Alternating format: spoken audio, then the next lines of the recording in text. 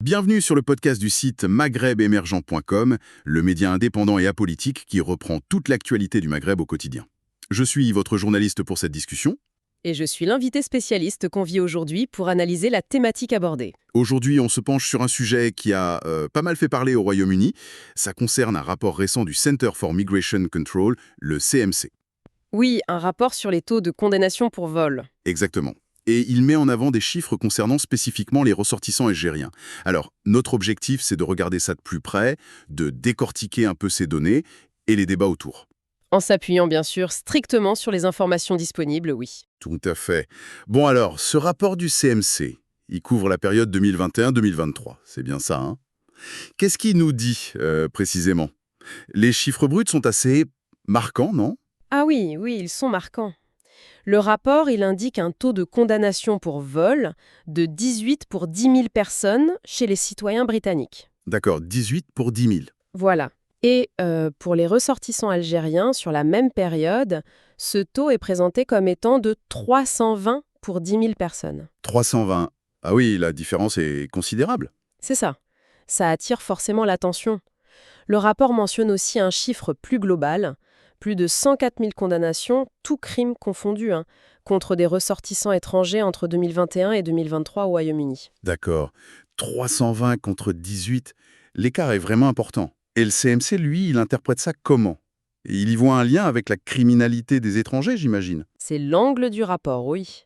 Mais, et c'est important, ce rapport a aussi soulevé pas mal de critiques. Ah, je m'en doutais un peu. Sur quoi portent ces critiques principalement? Alors, il y a plusieurs points. Déjà, la méthodologie. Ce fameux taux pour 10 000 personnes, plusieurs experts appellent à la prudence avec ce type de calcul. Pourquoi? Ça semble une façon standarde de comparer, non, pour avoir une proportion. Oui, ça l'est, mais ça peut être trompeur, surtout quand on compare des groupes dont la taille est très différente. Pensez-y, une communauté immigrée, c'est souvent un groupe plus petit que l'ensemble de la population nationale. Mhm. Donc, même si en nombre absolu les condamnations ne sont pas si élevées, eh bien, rapporté à 10 000 personnes de ce petit groupe, le taux peut grimper très vite. Ça peut donner une impression, disons, disproportionnée. Je vois. Ça amplifie visuellement l'importance du phénomène pour ce groupe spécifique. C'est un peu ça, oui. Le risque, c'est que ça ne tienne pas compte de la taille réelle, parfois limitée, de la communauté en question par rapport à l'ensemble. D'accord. C'est un point méthodologique important. Est-ce qu'il y a d'autres critiques? Oui, un autre point, et peut-être encore plus fondamental pour l'analyse, c'est ce que l'étude du CMC ne prend pas en compte. C'est-à-dire? Eh bien, des facteurs que les sociologues ou criminologues jugent généralement pertinents pour analyser la criminalité, comme l'âge des personnes condamnées par exemple, Ou l'argent?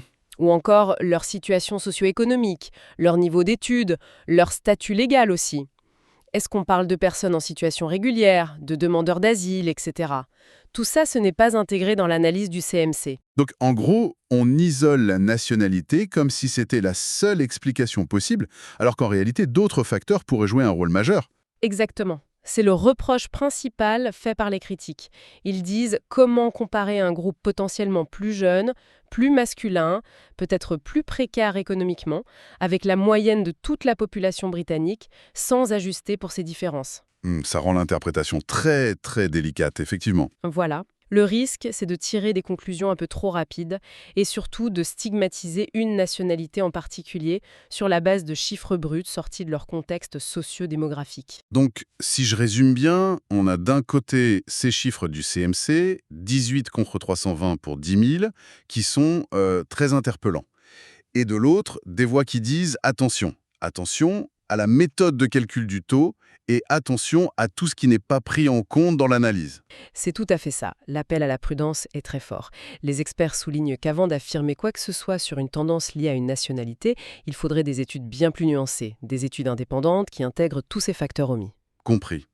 On a donc besoin d'analyses plus fines pour vraiment comprendre ce qui se cache derrière ces chiffres bruts. Absolument. Sinon, on reste sur une statistique qui, bien que factuelle en elle-même, peut être facilement mal interprétée ou, disons, instrumentalisée. Bon, pour conclure notre analyse, ce rapport du CMC met en lumière un écart statistique important sur les condamnations pour vol au Royaume-Uni entre 2021 et 2023. 18 pour 10 000 chez les Britanniques, 320 pour 10 000 chez les Algériens. Oui, mais avec des critiques méthodologiques sérieuses. Exactement. Des critiques sur le calcul du taux et surtout sur l'absence de facteurs d'analyse importants comme l'âge, la situation socio-économique, etc. Donc la prudence est vraiment de mise dans l'interprétation. C'est le message clé. Une question qui demeure peut-être, c'est comment on communique sur des données aussi sensibles? Comment être informatif sans simplifier à l'excès ou stigmatiser? C'est un vrai défi. Un défi constant, en effet. Merci pour votre écoute et retrouvez plus d'actualités sur maghrebemergent.com.